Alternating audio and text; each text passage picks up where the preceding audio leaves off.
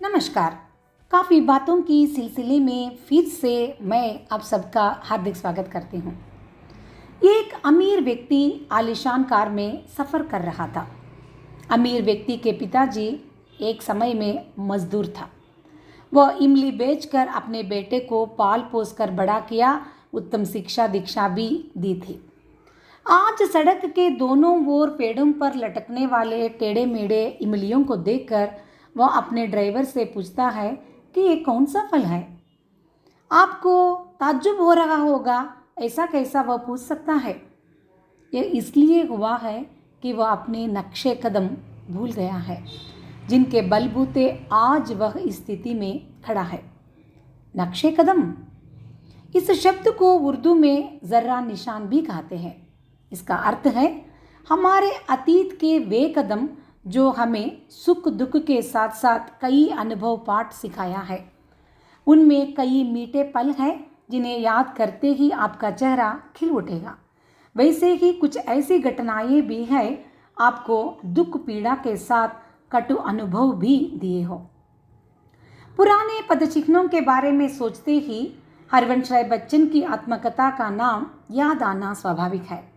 उनकी आत्मकथा का पहला भाग है क्या भूलूं क्या याद करूं। बच्चन जी ने अपने आप बीती कई विचारों को भूलना चाहते थे। कुछ विचारों को सदैव वे याद भी करना चाहते थे। वे पाठकों को यही संदेश देते आए कि हमें भी उन अनुभव पाठों को हमारे वर्तमान और भविष्य के लिए कैसे उपयोग हम कर सकते हैं। नक्शे कदम हमारे जीवन के उन पदचिह्नों को याद दिलाती है जो आपके जीवन सफ़र के भागीदार हैं।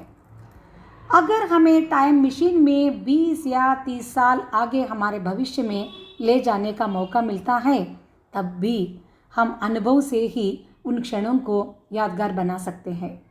इसका अर्थ है फिर से वे क्षण भी अतीत का ही अंग बन रहे हैं।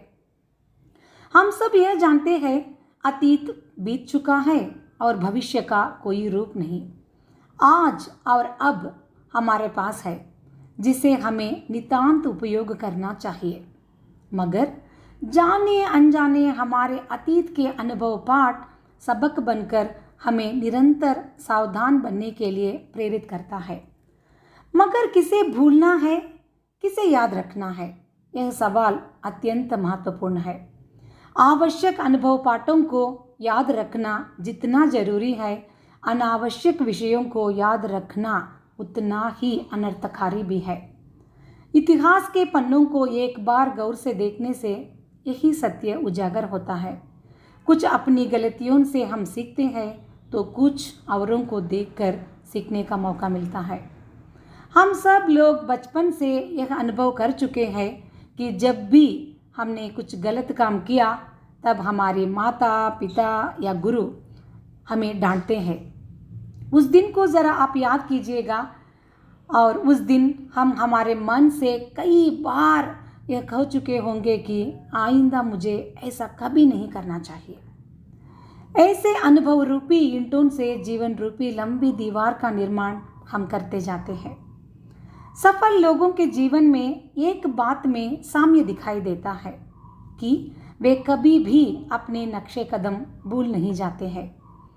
आज वे कितने भी बड़े पद या ओहदे या स्थिति में क्यों न हो, उन गलियों का सफ़र हमें सदैव निरहंकारी बनाने के साथ साथ ऐसी ही परिस्थितियों से गुजरने वाले लोगों को समझने व उनको हाथ बटोरने के लिए हमें नक्शे कदम मदद करता है। अब्दुल कलाम जी अपनी आत्मकथा के बारे में बार बार ऐसे यादों को पाठकों से बांटते जाते हैं और अनेक लोगों को वे कृतज्ञता भी अदा करते हैं जो उनको कटु अनुभव भी दिए क्यों न हो। ये नक्शे कदम हमारे अंदर अहंकार ना बढ़ने देगा, बल्कि आपको यह एहसास हमेशा ज़रूर करवाएगा कि आपने सफ़र कहाँ से शुरू किया था। बस इतना याद रख लीजिएगा, हमारे जीवन के अतीत में कुछ ऐसी घटनाएं हो सकते हैं जो पीड़ा दुख धोखे से संबंधित संवेदनाएं क्यों न हो। उस घटना को आप भूल ज़रूर जाइए, मगर उस अनुभव पाठ को सर्वथा आप अपने साथ ले जाइए। ये आपका अनमोल धरोहर है जो आपको सही समय में मार्गदर्शन करेगा। आवश्यकता पड़े तो आप अन्य लोगों को भी मार्गदर्शन करने लायक बन जाते हैं। ये नक्शे कदम आपको सदैव अपने जीवन का लक्ष्य तक पहुंचाता है। जिस प्रकार पेड़ के जड़ भूगर्भ में समाहित रहते हैं, ऊपर से हम उन जड़ों को देख भी नहीं सकते हैं, मगर वे पेड़ को अत्यंत सख्त बनाने के लिए सहायता करते रहते हैं। ठीक वैसे ही हमारे नक्शे कदम अन्य लोगों के लिए अव्यक्त होकर भी हमें सर्वदा सुदृढ़ बनाने के लिए सहायक जरूर करेंगे। जो चलिए उन पद चिन्हों को एक बार हम याद कर लेते हैं। आपको लगता है कि कल के मुकाबले में आज आप कुछ बेहतर महसूस कर रहे हैं तो अच्छी बात है।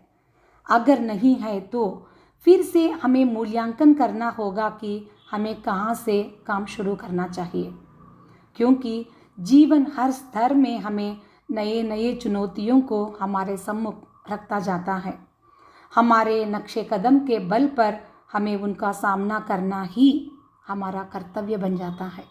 तो आप भी अपने मन के विचार हमसे ज़रूर बांटिएगा। धन्यवाद।